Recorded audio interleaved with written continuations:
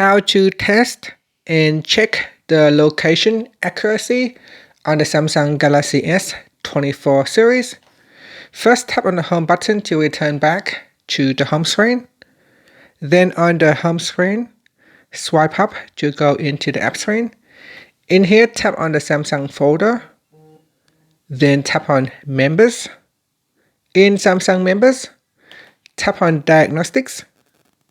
Then tap on Phone Diagnostics. Next, we scroll down and then tap on Location Accuracy. Next, tap on the Test button at the bottom here. And here says for more accurate test results, it's better to move outside. Tap on the Start button when you're ready. So tap on the Start button there. And here it shows my location accuracy is normal, so it is working as intended. Finally, you can tap on the home button to return back to the home screen. Thank you for watching this video. Please like and subscribe to my channel for more videos.